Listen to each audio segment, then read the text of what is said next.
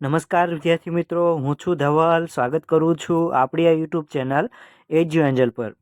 મિત્રો, આજના વિડીયોમાં આપણે વાત કરવાના છીએ ગુજરાત પાક્ષિક જે તાજેતરમાં જ જે લેટેસ્ટ આપણે અંક આવ્યો છે એના જે 52 પાના છે એનું આપણે મેં શોર્ટમાં 7 પેજમાં કન્ટેન્ટ બનાવ્યું છે અને તમારે આખું વાંચવાની જરૂર ન પડે એટલા માટે 7 પેજ તમે પરીક્ષા પહેલાં એકવાર રિપીટ કરી જશો તો તમને ઘણું બધું આમાંથી પ્રશ્ન પૂછાય તો આવડી જાય. બરોબર છે? તો વિડીયોને હવે આપણે સ્ટાર્ટ કરીએ. સૌથી પહેલો પોઈન્ટ છે ખેલ મહાકુંભ 3.0 નો પ્રારંભ ક્યાં થયો છે? તો તાજેતરમાં રાજકોટમાં થયો છે. અને આ ખેલ મહાકુંભની શરૂઆત ક્યારથી થાય છે? તો વર્ષ 2010થી ખેલ મહાકુંભની શરૂઆત થાય છે. ત્યારબાદ છે વર્તમાનમાં 24 સ્પોર્ટ્સ કોમ્પ્લેક્સ ગુજરાતમાં છે અને હાલ બરોબર છે હાલ કેટલા છે? 24 જેટલા સ્પોર્ટ્સ કોમ્પ્લેક્સ છે અને નવા 13 બને છે. બરોબર છે? એટલે આ પોઈન્ટ ખાસ યાદ રાખજો કે ભાઈ હાલ ગુજરાતમાં કેટલા સ્પોર્ટ્સ કોમ્પ્લેક્સ છે? તો કેટલા છે? 24. ત્યારબાદ છે મલ્ટી યુટિલિટી સ્પોર્ટ્સ સેન્ટર ક્યાં બનવાનું છે? તો નારણપુરા ખાતે બનવાનું છે. ક્યાં આગળ? નારણપુરા ખાતે બનવાનું છે. ત્યારબાદ છે ઓલિમ્પિક 2036 ક્યાં યોજાય છે? તો આપણા ગુજરાતના અમદાવાદ ખાતે યોજાવાનું છે. ત્યારબાદ છે દર વર્ષે આંતરરાષ્ટ્રીય પતંગ મહોત્સવ ક્યાં યોજાય છે? તો આપણા અમદાવાદ ખાતે યોજાય છે. અને પતંગ મહોત્સવ જે છે એ 1989થી આપણા બરોબર છે ગુજરાતમાં યોજાય છે આંતરરાષ્ટ્રીય પતંગ મહોત્સવ. અને આ વખતે જે છે એ અમદાવાદ સિવાય એકતાનગર, નર્મદા, રાજકોટ, વડોદરા, સુરત, શિવરાજપુર અને ધોરડો ખાતે પણ આ જે છે પતંગ મહોત્સવ ઉજવાયો હતો. ત્યારબાદ આગળ વાત કરવામાં આવે તો દેશમાં પતંગ માર્કેટમાં 65% હિસ્સો એક ગુજરાતનો છે. અને કરુણા અભિયાન આ જે પતંગ છે બરોબર છે આપણે મકર સંક્રાંતિ ઉજવી એના અંતર્ગત દર વર્ષે આપણે કરુણા અભિયાન કે જે ઘવાયેલા પક્ષી હોય અથવા તો પશુ હોય એની આપણે સહાય કરવા માટે આ અભિયાન ગુજરાત સરકારે ચલાવે છે. બરોબર છે? આની શરૂઆત વર્ષ 2015થી થયેલી છે, જેના અંતર્ગત તાજેતરમાં ગુજરાત સરકારે સ્નેક રેસ્ક્યુ એપ લોન્ચ કરેલી છે. અને આ કરુણા અભિયાન છે એનો જે હેલ્પલાઇન નંબર છે એ 1926 છે. શું છે? 1926. અને બીજો જે છે ટોલ ફ્રી નંબર એ છે 83 2000 આ રીતનું છે. બરોબર છે? તમે ખાસ આ યાદ રાખજો, 1926. ત્યારબાદ છે હાઇડ્રો એનિમલ એમ્બ્યુલન્સનું લોકાર્પણ ક્યાં આગળ કરવામાં આવ્યું છે? તો તાજેતરમાં રાજકોટ ખાતે હાઇડ્રોલિક એનિમલ એમ્બ્યુલન્સનું લોકાર્પણ કરવામાં આવ્યું છે. જે કરુણા અભિયાન છે એના અંતર્ગત જ આ એમ્બ્યુલન્સનું લોન્ચ કરવામાં આવેલી છે. બરોબર છે? અને 500 સુધીના વજન જે 500 કિલોગ્રામ સુધીનું પશુ હોય તો એને વજન ઊંચકી શકે છે આ એમ્બ્યુલન્સ. અને કૂવામાં કોઈ પશુ પડી ગયું હોય તો 100 ફૂટની હાઇડ્રોલિક ચેન પણ આ એમ્બ્યુલન્સમાં ઉપલબ્ધ છે. બરોબર છે? એટલે પશુ માટેની આ હાઇડ્રોલિક એનિમલ એમ્બ્યુલન્સ જે લોકાર્પણ કરવામાં આવી છે રાજકોટ ખાતેથી. ત્યારબાદ આગળ વાત કરવામાં આવે તો એ છે એસીએમ શું છે? એસીએમએ અમદાવાદ કોમ્પ્યુટર મર્ચન્ટ એસોસિએશનનું ટેક એક્સપોનું ઉદ્ઘાટન અમદાવાદ ખાતે કરવામાં આવ્યું છે. આ એટલું બધું ઇમ્પોર્ટન્ટ નથી પણ એકવાર નજરે ચડી ગયું અને કદાચ પૂછાય છે તો આવડી જાય. ત્યારબાદ છે ગુજરાતની આધ્યાત્મિક વિરાસત અને વિકાસની ગાથા વર્ણવતા તપોભૂમિ ગુજરાત ગ્રંથનું વિમોચન કરવામાં આવ્યું. તો આના લેખક કોણ છે? તો વિવેક ભટ્ટ છે. કોણ છે? વિવેક ભટ્ટ. ત્યારબાદ વાત કરવામાં આવે તાજેતરમાં આપણે 12 જાન્યુઆરી આંતરરાષ્ટ્રીય યુવા દિવસ ઉજવ્યો. બરોબર છે? કોની યાદમાં? તો સ્વામી વિવેકાનંદની જન્મ જયંતિ આપણે ત્યારે ઉજવીએ છીએ 12 જાન્યુઆરીએ. એટલે આ વખતે જે છે એ સ્વામી વિવેકાનંદની 162મી આપણે જન્મ જયંતિની ઉજવણી કરી. બરોબર છે? ખાસ આ યાદ રાખી લેજો. ત્યારબાદ આગળ વાત કરવામાં આવે તો NMSC એટલે કે નેશનલ મેરીટાઈમ હેરિટેજ કોમ્પ્લેક્સ ક્યાં આગળ બનવાનું છે? તો આપણે લોથલ ખાતે બનવાનું છે. બરોબર છે? લોથલ ક્યાં આવેલું છે? અમદાવાદમાં ભોગાવો નદીના કાંઠે આવેલું છે. અને આ જે આપણું મેરીટાઈમ હેરિટેજ કોમ્પ્લેક્સ છે એમાં 6 ગેલેરી છે. બરોબર છે? એમાં અલગ અલગ 6 ગેલેરીમાં અલગ અલગ આપણા જે યુદ્ધ માટે જે વપરાય, માનો કે ટેન્ક હોય કે હેલિકોપ્ટર હોય કે આપણા જહાજ હોય એનું બરોબર છે જે નિવૃત્ત થઈ ગયેલા છે એ ત્યાં આગળ મૂકવામાં આવે છે, જેથી લોકો આ અલગ અલગ 6 ગેલેરી બનાવવાની છે. બરોબર છે? એમાં ખાસ આ જહાજનું નામ યાદ રાખી લેજો, પરીક્ષામાં પૂછાઈ શકે કે ભાઈ કયા જહાજનું એક ગેલેરીમાં સમાવેશ કરવામાં આવ્યો છે. તો INS નિશાંક નામનું જહાજ છે. બરોબર છે? એનો આપણો આ હેરિટેજ કોમ્પ્લેક્સમાં ગેલેરીમાં સમાવેશ કરેલો છે. ત્યારબાદ જોઈએ તો સી હેરિયર એરક્રાફ્ટ છે. ત્યારબાદ છે H-3 હેલિકોપ્ટર છે. આ બધા યુદ્ધ જહાજો પ્રદર્શનમાં મૂકેલા છે. ત્યારબાદ આગળ વાત કરીએ તો અંતિમ વાઇબ્રન્ટ સમિટ એટલે કે તાજેતરમાં કેટલામી 10મી વાઇબ્રન્ટ સમિટ આપણે ઉજવી, બરાબર છે, ગાંધીનગરમાં. તો એના સૌથી વધુ જે MOU થયા છે તે શેને લગતા છે? તો ગ્રીન એનર્જીને લગતા MOU થયેલા છે, બરાબર છે. ત્યારબાદ આગળ વાત કરીએ તો વર્ષ 2025માં ભારતના બંધારણને કેટલા વર્ષ પૂરા થયા છે? તો 75 વર્ષ પૂરા થયા છે. તો આ જે 75 વર્ષ પૂરા થયા છે તો એની પૂર્ણ થવાથી ગુજરાતભરમાં સંવિધાનના અમૃત મહોત્સવની ઉજવણી કરવામાં આવશે, બરાબર છે, સંવિધાનના અમૃત મહોત્સવની. ત્યારબાદ છે સરદાર વલ્લભભાઈ પટેલની તાજેતરમાં કેટલામી જન્મ જયંતિ ઉજવવામાં આવી? તો 150મી જન્મ જયંતિ ઉજવવામાં આવી છે. ત્યારબાદ છે અટલ બિહારી વાજપેયીની કેટલામી જન્મ જયંતિ ઉજવવામાં આવી છે? તો 100મી જયંતિ ઉજવવામાં આવી છે. આ ખાસ યાદ રાખજો, આ ડાયરેક્ટ તમને વન લાઇનરમાં આવા પૂછાય પ્રશ્ન, બરોબર છે. એટલે ખાસ યાદ રાખવું, સરદાર પટેલની 150મી જયંતિ અને અટલ બિહારી વાજપેયીની 100મી જન્મ જયંતિ ઉજવવામાં આવી છે. અને ખાસ આ યાદ રાખજો, અટલ બિહારી વાજપેયી છે એનો જન્મદિવસ ક્યારે છે? 25 ડિસેમ્બરે છે. એ સુશાસન દિવસ તરીકે ઉજવવામાં આવે છે. અને તાજેતરમાં સુશાસનના 2 વર્ષ પૂરા થયેલા છે, બરોબર છે. 3 વર્ષ આમ ગણો તો, બરોબર છે. ગુજરાત સરકારની જે આપણે ભૂપેન્દ્ર પટેલ સરકાર રહી છે, બરોબર છે, એના 2 વર્ષ પૂરા થયા છે. એટલે ટ્રેન્ડમાં છે એટલે પૂછાય છે. ત્યારબાદ છે ગુજરાતમાં વર્ષ 2025ને જનજાતીય ગૌરવ વર્ષ તરીકે ઉજવવામાં આવશે. મોસ્ટ ઇમ્પોર્ટન્ટ બેઠો ફેક્ટ પૂછાઈ જાય કે ભાઈ ગુજરાતમાં વર્ષ 2025ને કયા વર્ષ તરીકે ઉજવવામાં આવશે? તો જનજાતીય ગૌરવ વર્ષ. ત્યારબાદ છે ભગવાન બિરસા મુંડાની તાજેતરમાં કેટલામી જન્મ જયંતિ ઉજવવામાં આવી છે? તો 150મી જન્મ જયંતિ ઉજવવામાં આવેલી છે. કેટલી? 150મી. તો સરદાર પટેલની કેટલામી આપણે ઉજવી? 150મી. તો બિરસા મુંડાની પણ 150મી જન્મ જયંતિ ઉજવી છે. તો અટલ બિહારી વાજપેયીની કેટલામી ઉજવી છે? તો 100મી જયંતિ ઉજવેલી છે. ત્યારબાદ છે confederation of real estate developer association of India એટલે કે ક્રેડાઈ દ્વારા આયોજિત પ્રોપર્ટી શો ગુજકોનનું CM દ્વારા ઉદ્ઘાટન કરવામાં આવ્યું. તો ક્યાં આગળ કરવામાં આવ્યું છે? તો અમદાવાદ ખાતે કરવામાં આવેલું છે. આ એટલું બધું ઇમ્પોર્ટન્ટ નથી એટલે નો યાદ રાખવું તો પણ ચાલશે. હવે આ ઇમ્પોર્ટન્ટ છે, આ બધા યાદ રાખવું જ પડશે કારણ કે આ ટ્રેન્ડમાં છે. અને આ એસટીઆઈની તાજેતરમાં જે રવિવાર જીપીએસસીનું પેપર જોયું એમાં પૂછાઈ ગયું કે ભાઈ કઈ મહાનગરપાલિકા બની છે, એવો પ્રશ્ન પૂછાઈ ગયો. એટલે ખાસ આ યાદ રાખવાનું કે ભાઈ વર્ષ 2025માં 9 શહેરોમાં નવી મહાનગરપાલિકા બનશે, બરોબર છે. તો 9 મહાનગરપાલિકા બનાવવાની ગુજરાત સરકારે ઘોષણા કરી છે. એમાં વાત કરીએ તો નડિયાદ છે, સુરેન્દ્રનગર છે, મોરબી છે, આણંદ છે, પોરબંદર છે, ગાંધીધામ છે, મહેસાણા, વાપી અને નવસારી. તો હવે આપણે ગુજરાતના નકશા દ્વારા સમજવું હોય તો આપણે સૌરાષ્ટ્રમાં જો અહીંયા પોરબંદરમાં છે, ત્યારબાદ અહીંયા મોરબી ખાતે છે, અહીંયા સુરેન્દ્રનગર ખાતે છે, એટલે કે સૌરાષ્ટ્રમાં 3 થઈ ગઈ. ત્યારબાદ અહીંયા આણંદમાં અને અહીંયા આગળ જોઈ તો ગાંધીધામ અહીંયા કચ્છમાં અને અહીંયા મહેસાણામાં અને 2 દક્ષિણ ગુજરાતમાં વાપી અને નવસારીમાં. એટલે ટોટલ 9 જેટલી મહાનગરપાલિકા બની છે. ફરીથી એકવાર રિપીટ કરી દઉં છું, ફરીથી આ પ્રશ્ન પૂછાઈ શકે છે એટલે ખાસ ધ્યાનમાં રાખજો.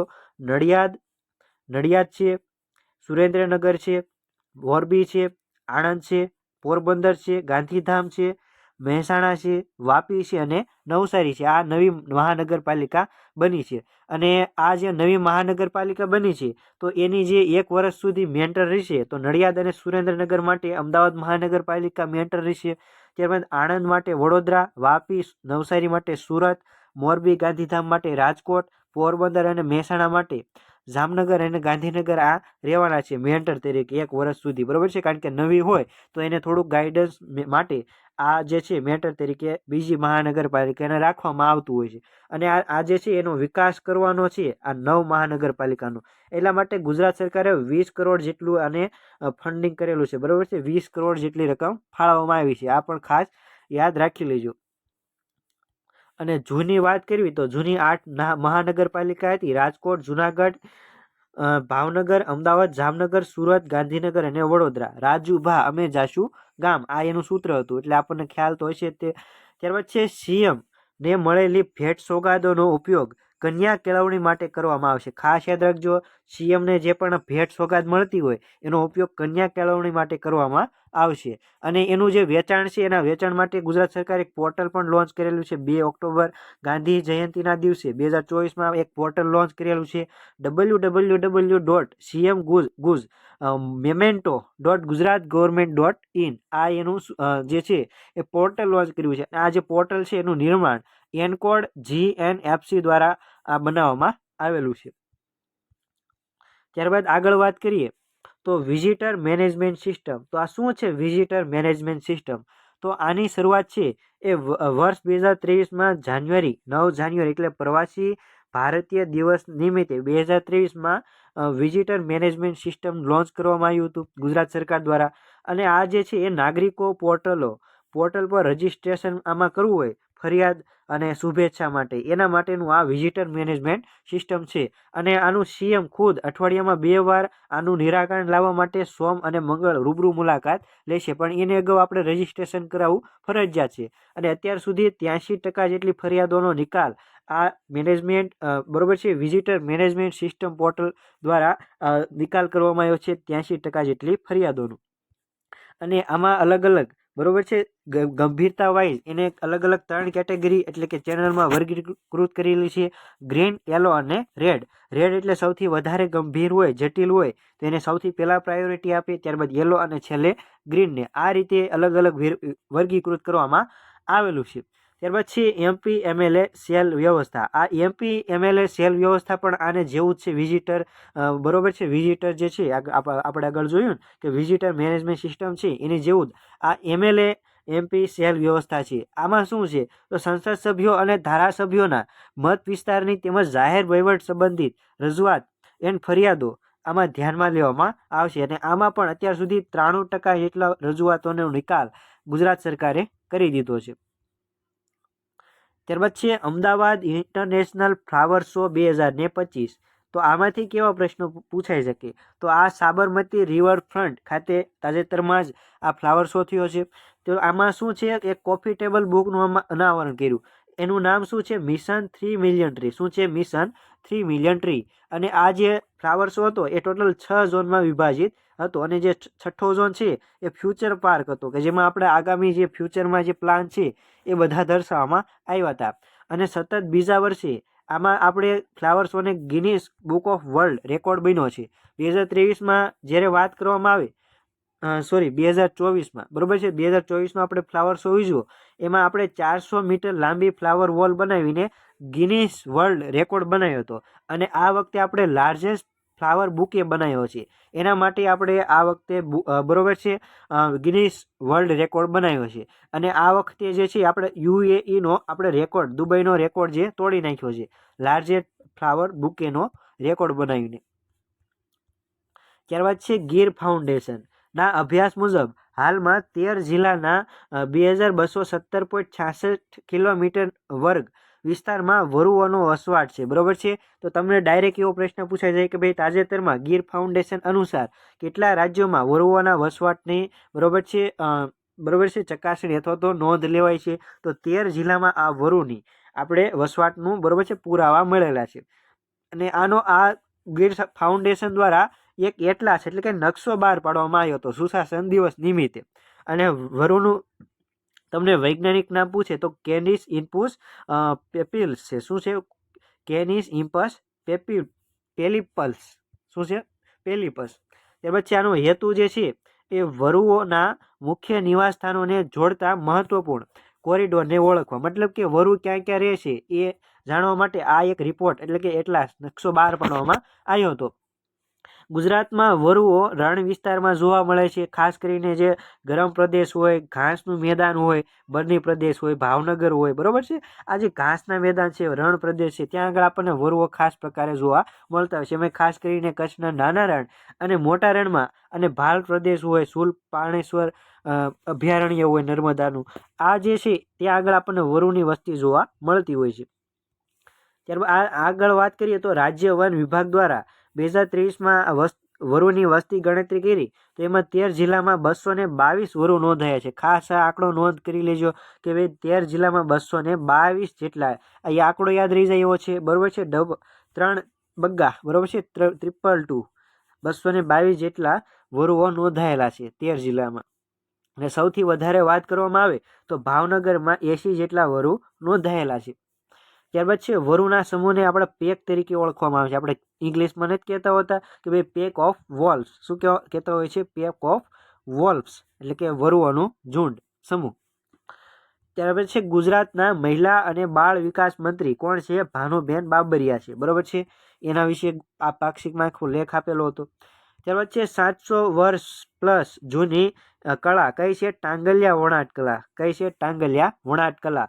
એની શરૂઆત જે છે એ સુરેન્દ્રનગર ખાતે થઈ હતી, ટાંગલિયા વણાટ કલાની. અને આ ડાંગસિયા પરિવારો દ્વારા આનું જે છે એ હાલમાં જીવંત રાખવામાં આવી છે.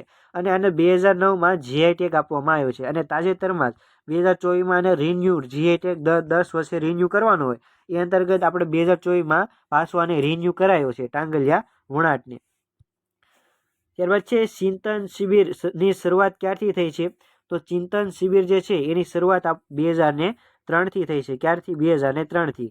અને તાજેતરમાં આપણે 11મી ચિંતન શિબિર જે છે એ ગીર સોમનાથ ખાતે યોજાય છે. આ બેઠો પ્રશ્ન પૂછાય છે કે ભાઈ 11મી ચિંતન શિબિર ક્યાં યોજાય છે? તો ગીર સોમનાથના ઉના ખાતે આપણે યોજાણી છે. ત્યારબાદ છે રાજ્યના ગ્રામીણ વિસ્તારોના ઘરોને સ્માર્ટ હોમ્સમાં રૂપાંતરિત કરીને ડિજિટલ સશક્ત બનાવવા હર ઘર કનેક્ટિવિટી આપણે ફાઇબર ટુ ફેમિલી પહેલ શરૂ કરવામાં આવી છે. કોના દ્વારા? Gujarat fibre grid network limited દ્વારા, બરોબર છે. આટલું ખાસ આ ન કરો તો પણ ચાલી જાય એવું છે. ત્યારબાદ છે ડિજિટલ અરેસ્ટ. આ જે એક સ્કીમ છે મોસ્ટ ઇમ્પોર્ટન્ટ, તાજેતરમાં બહુ ચર્ચામાં હતી. ડિજિટલ અરેસ્ટ સ્કેમ છે એ કોઈ પણ વ્યક્તિ આમાં પોલીસ બનીને આવ્યું હોય, સીબીઆઈ, ઈડી, કોઈ પણ ઓફિસર બનીને તમને કોઈક મેસેજ અથવા તો વિડીયો કોલ કરીને તમને એમ કે ભાઈ તમે અરેસ્ટ થઈ ચૂક્યા છો, અથવા તો તમે ડ્રગ્સ અથવા તો કોઈ પણ કેસમાં તમે ફસી ચૂક્યા છો, બરોબર છે. થોડુંક ગામડાની એસેન્ટ આવી જાય છે કારણ કે ગામડા સાઈડથી હું છું, બરોબર છે. એટલે કાયદામાં ડિજિટલ એરેસ્ટ જેવી કોઈ જોગવાઈ નથી, બરોબર છે. ખાસ તમને એમ કે ભાઈ તમે ડિજિટલ અરેસ્ટ થઈ ચૂક્યા છો તો તમે એને સામેથી કહી શકો કે ભાઈ આવી કાયદામાં કોઈ જોગવાઈ નથી અને તમને આ ફ્રોડ કરી રહ્યા છો આવું તમે, અને એના વિરુદ્ધ તમે સાયબર ક્રાઇમમાં તમે વિરુદ્ધ ફરિયાદ પણ કરી શકો છો. પોલીસ અથવા તો સરકારી એજન્સી ક્યારેય ડિજિટલ અરેસ્ટ કરતી નથી, એટલે ખાસ તમે ચેતીજો. ડિજિટલ અરેસ્ટ સ્કેમથી બચવા સૌથી પહેલાં આપણે શાંત રહેવું જોઈએ. ત્યારબાદ એની ઓથેન્ટિકેશન કરવું પડે, મતલબ કે આ નંબર ઓફિશિયલ નંબરથી ફોન આવ્યો છે કે નહીં એ જોવું પડે. ત્યારબાદ છે ડાયલ કરવો 1930 કે જે આપણો સાયબર હેલ્પલાઇન નંબર છે, એમાં તમે ફરિયાદ નોંધાવી શકો છો. કઈ છે? 1930. આ ખાસ નોંધ કરજો. ત્યાર પછી જાગૃત રહો, એટલે કે સમાજમાં આ અંગે, બરોબર છે, એટલે કે ડિજિટલ અરેસ્ટ અંગે તમે લોકોને જાગૃત કરો. એ બધું આમાં ગુજરાત પાક્ષિકમાં આપેલું હતું. ત્યારબાદ વાત કરવામાં આવે સંત સુરદાસ યોજના.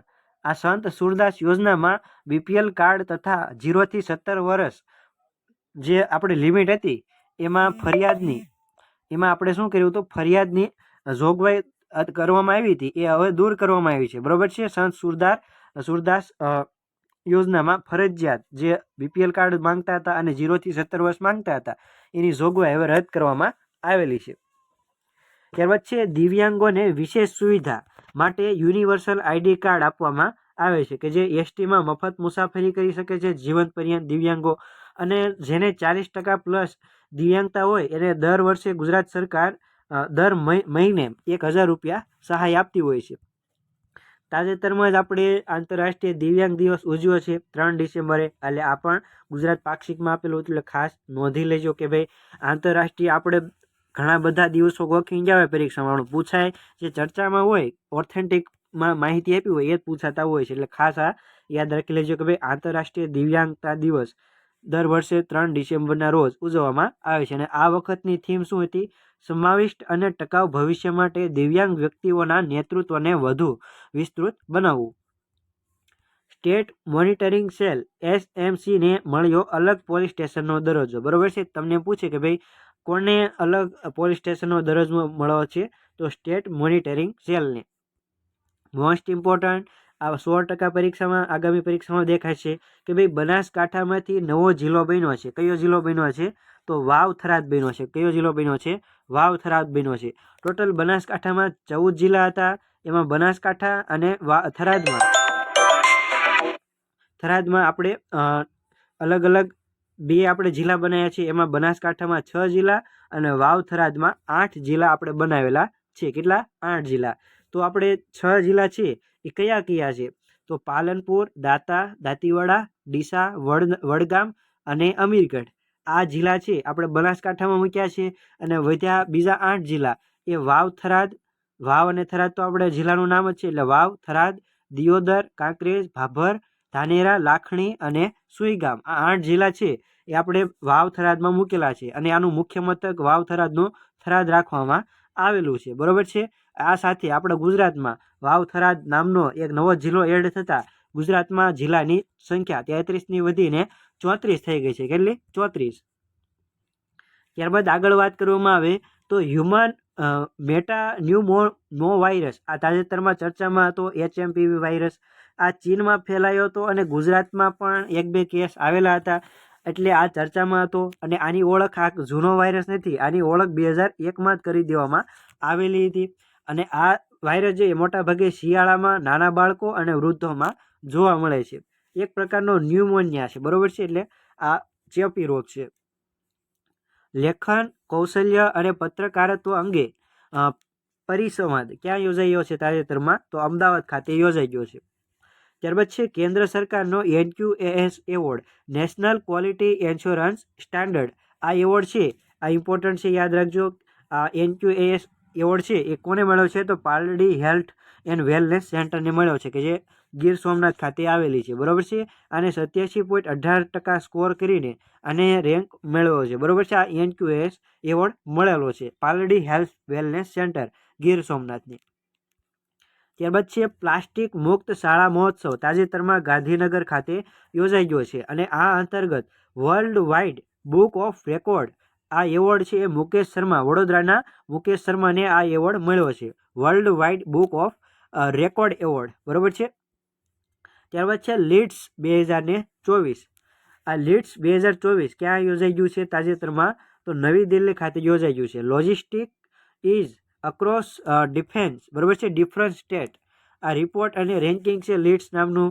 આ તાજેતરમાં કેમ ચર્ચામાં છે? તો આપણા ગુજરાતને અચીવર્સ શ્રેણીમાં સતત 3જા વર્ષે પ્રથમ સ્થાને આપણે ગુજરાત રહ્યું છે. અને આ લોજિસ્ટિક બરોબર છે લીડ્સ રેન્કિંગ છે એમાં 3 શ્રેણી હોય છે: એચીવર્સ, ફાસ્ટ મૂવર્સ અને એસ્પાયર્સ. એમાં આ ટોપની જે શ્રેણી છે અચીવર્સ એમાં સતત 3જા વર્ષે આપણું ગુજરાત ટોપમાં રહ્યું છે. બરોબર છે. લીડ્સમાં આ લીડ્સ શાને લગતું છે? તો લોજિસ્ટિક ક્ષેત્રનું છે. અને આ લોજિસ્ટિક ક્ષેત્રમાં વિશિષ્ટ પોલિસી બહાર પાડનારું દેશનું આપણું પ્રથમ રાજ્ય છે ગુજરાત બની ગયું હતું. બરોબર છે. 2021માં. ત્યારબાદ આપણે આગળ વાત કરીએ 1600 કિલોમીટરનો દરિયા કિનારો છે આપણા ગુજરાતનો. પણ આજે આપણે તાજેતરમાં કરંટ અફેરમાં જોયું હોય કે ભાઈ ગુજરાતનો દરિયા કિનારો જે છે એ 1600 કિલોમીટરથી વધીને 2300 કિલોમીટર જેવો થઈ ગયો છે. આવું કંઈક કરંટમાં છે. જો કે મેં હજી બરોબર ક્રોસ વેરીફાઈ નથી કર્યું તો એ જોઈ લીજો એકવાર. બરોબર છે. 48 જેટલા નોન મેજર પોર્ટ આપણા ગુજરાતમાં આવેલા છે. એમાં પ્લસ એક કંડલા બંદર બીજું છે. બરોબર છે. જે કેન્દ્ર સરકાર દ્વારા સંચાલિત છે. સ્પેશિયલ ઇકોનોમિક ઝોન છે. ત્યાર પછી ભારતનો 40% પોર્ટ કાર્ગો હેન્ડલ કરે છે. કોણ? આપણું ગુજરાત.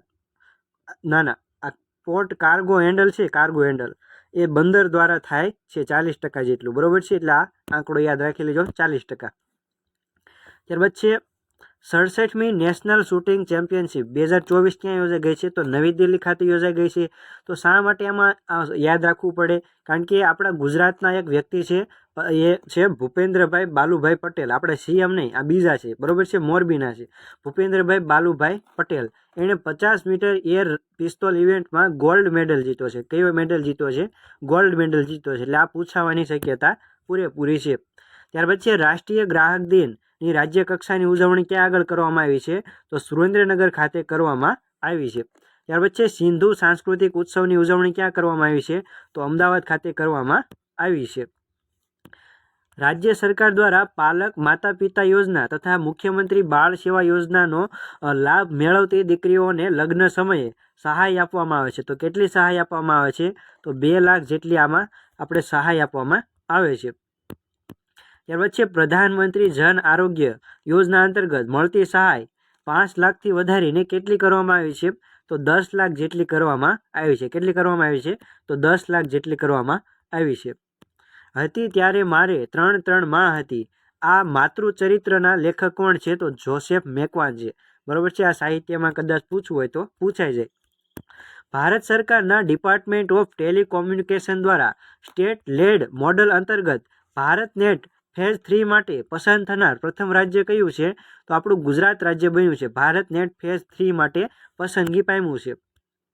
ત્યારબાદ છે cities as engine of growth report તૈયાર કર્યો છે. કોણે કર્યો છે? તો નીતિ આયોગ દ્વારા આ રિપોર્ટ તૈયાર કર્યો છે કે ભાઈ cities as engine of growth report.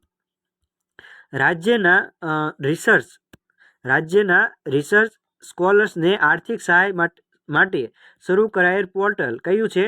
તો શોધ પોર્ટલ છે. કયું છે? શોધ portal. Skill of development high quality research એટલે કે જે PhD કરેલા હોય વિદ્યાર્થી એને કંઈક આપણે બરોબર છે કંઈક ઉલ્લેખ રેફરન્સ લેવો હોય, સંદર્ભ લેવો હોય અથવા તો રિસર્ચ કરવું હોય એના માટે આ શોધ પોર્ટલ લોન્ચ કરવામાં આવ્યું છે. ત્યારબાદ છે દેશભરમાં SC/ST સમુદાયના વ્યક્તિને વિરુદ્ધ કોઈ અત્યાચાર કરે તો એને નિવારવા માટે શરૂ કરાયેલ સ્વયં સેવા બરોબર છે પોર્ટલનો ટોલ ફ્રી નંબર છે 14566. કયો છે? 14566 એટલે કે 14,566 છે. અને બીજો ટોલ ફ્રી નંબર છે 1800-202-1989. તો મિત્રો આખું જે કરંટ અફેર ઓલું હતું બરોબર છે ગુજરાત પાક્ષિકના 52 પન્ના એનો સંપૂર્ણ નિચોડ મેં તમને માત્ર ને માત્ર 20 થી 25 મિનિટમાં અને એ પણ પૂછાય એવું જ તે બરોબર છે. આની બારું લગભગ તમે વાંચવાની જરૂર નહીં પડે. જાન્યુઆરી અંક 2નું બરોબર છે તમને આ સોલ્વ કરીને આપી દીધું છે. વિડીયો ગમ્યો હોય તો વિડીયોને લાઇક કરી દેજો, તમારા મિત્રો જોડે શેર કરી દેજો અને આવા જ વધુ વિડીયો જોવા હોય તો આપણી ચેનલને સબસ્ક્રાઈબ કરી દેજો. મળ્યા નેક્સ્ટ વિડીયોમાં. ત્યાં સુધી જોતા રહો. જય હિન્દ, જય ભારત, વંદે માતરમ.